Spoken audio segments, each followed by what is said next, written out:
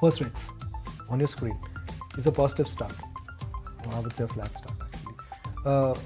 Reliance is 2650. Is it not moving? It should start moving actually. The breadth I think is looking incredibly strong. 1:5, 1:6. I mean that's a near perfect breadth for you.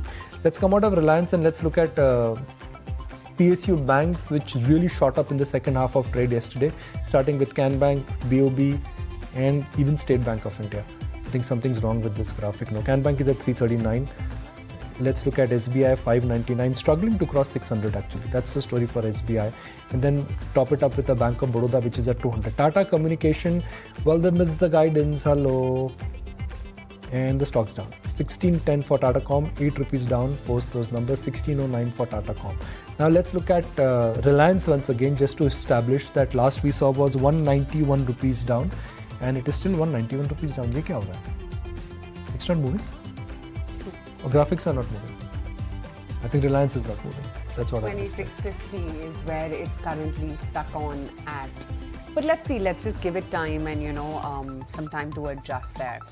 I also want to check in on what Federal Bank is up to. Remember news just last evening, and this has been very newsy of late. Federal Bank, that is. That stock will just come up for you on your screens. They've launched a QIP of 1,040 odd crore rupees. The floor price has been set at 132.59. So that's where Federal Bank currently is, higher by about 1.25% as we speak. Tata Comm, we just spoke with the management. Let's see how they're reacting to the numbers, because the management is hopeful of achieving their guidance set, but in a span of about 3 years, 1% higher for Tata Comm as we speak right now. DLF, Cyber City, Finolex, these are all earnings which have come out and in the green. Just want to look out for Shree Cement as well. They've got another letter for inspection from the Ministry of Corporate Affairs. 2.5% lower for Shree Cement as we speak right now. And L&T Finance, we're going to be chatting with the management as well shortly. The NIMs have come in at an 8-year high of about 8.06% and ROAs at a 14-quarter high. So these are a couple of stocks which are in focus. And of course, the darling of the market of late, Polycab. How can we forget that one? Or for that matter, even Indian Hotels. After the zing in the stocks of late, Polycab now 1% higher. Further, Indian Hotels at 403 as we speak right now. And then, of course, the entire PSU banking pack, be it PNB, Can Bank, the entire cluster has been holding up so well of late, though SBI has started off a little bit muted, flat for PNB as well, as is for the index too. But we're not complaining.